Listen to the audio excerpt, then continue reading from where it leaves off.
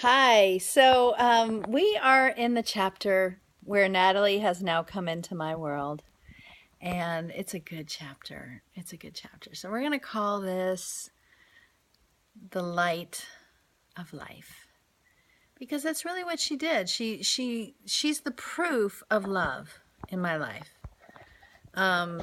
When I think about her life and what she provided for me and her being born into my life, that she shed light into and hope and proof of love. So when she was born, we were in Orlando for a period of time, probably I don't know, 3, 4 months. So I had spent a year at Disney and Tomorrowland, maybe more than that. And shortly thereafter, Mom and I decided that I should probably move closer to Tampa, and I just started looking for a job. And the rooms division manager of the what was then the Radisson at Sable Park was open, and the boss drove over to Orlando and interviewed me and offered me the job.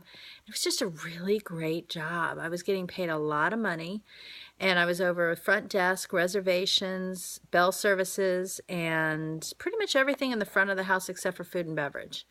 And it was awesome. I had a really, really great job, and it was a lot of stress, but I got myself a little apartment.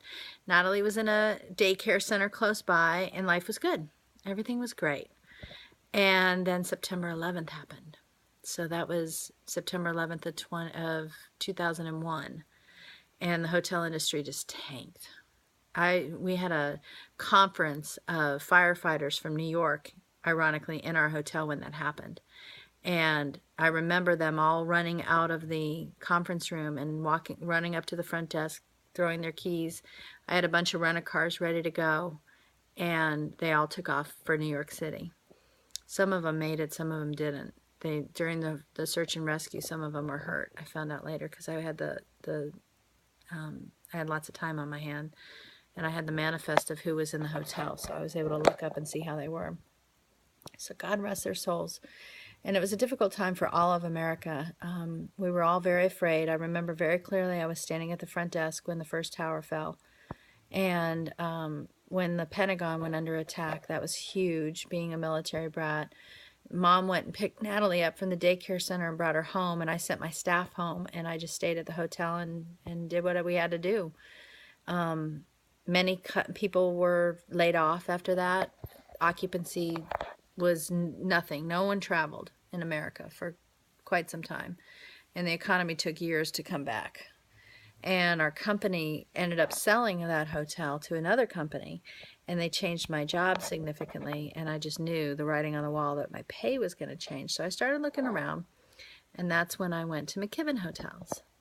And Donald Feith at the Sable Park Residence Inn was my friend, and he recruited me to come in as an operations manager, and I opened the Residence Inn on Lois Avenue in downtown West Shore, and I opened that with Stormy McNeil and Mary Rawson. And then I went to be Donald's AGM, his assistant general manager in Sable Park, and that's where I met Mark. So Marky came into our world.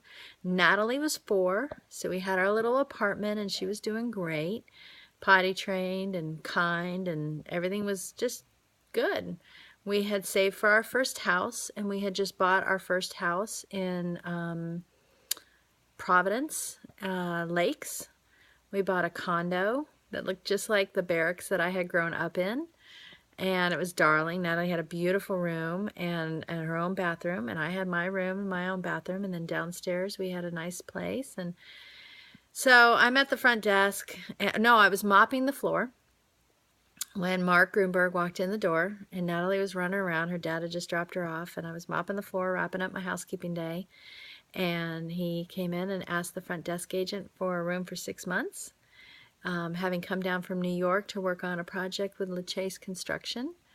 And she turned to me, and I shook my head. I was like, yeah, duh. We might be sold out some of those nights, but 6 months and he's cute? Come on, check him in. The next day I showed up in my suit, and he was like, who is that girl? And he said that he knew right from the very beginning that he liked me and that he wanted to get to know me. It took him 3 months before he was, or a couple months before he was brave enough to talk to me. And he and his boys were out partying all the time in Tampa, but we went to lunch at Olive Garden, and it went well. There's a whole story there.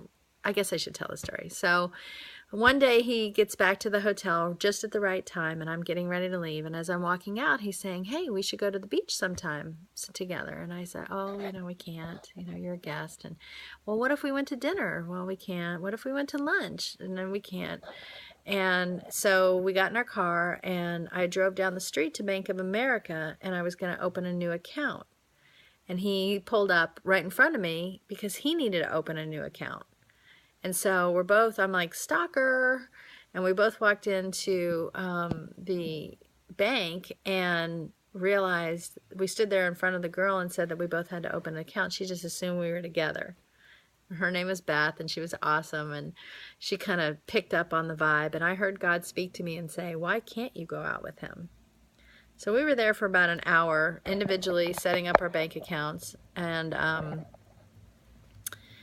I left there and disguised my voice to get past the front desk agent. I left him a message telling him that I'd like to go to lunch with him.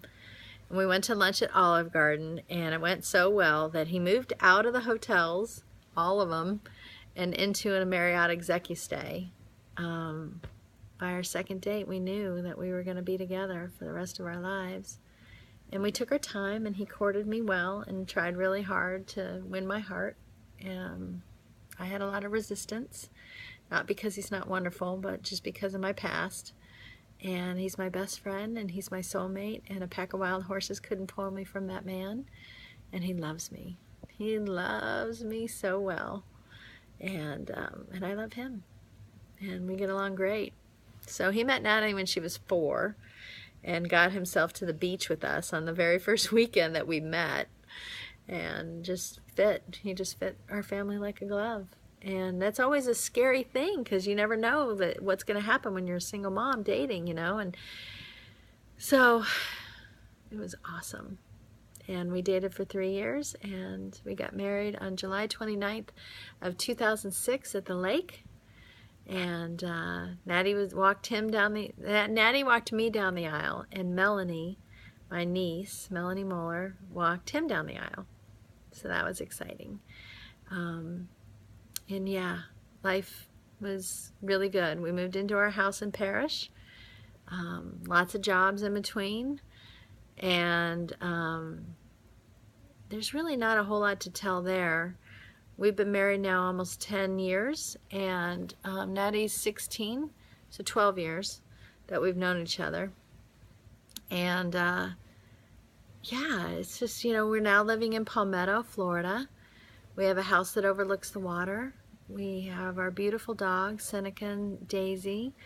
Natalie is plugged into their church. She goes to Manatee School for the Arts. She's a junior. And, there's a lot of memories in there that I could tell, stories about Mark and I and Natty and the boat. But it's just life. That's all just life. The other stuff, comes and goes and ebbs and flows. But this is a good place to end a chapter, I think. In that Natalie was born and we brought Mark into our world. And my life is really good right now. It's the best it's ever been. I love my motherhood. I love my husband. I love my home, and I love my business. I Connect You, and we're gonna grow, and things are gonna change, and it's gonna be good.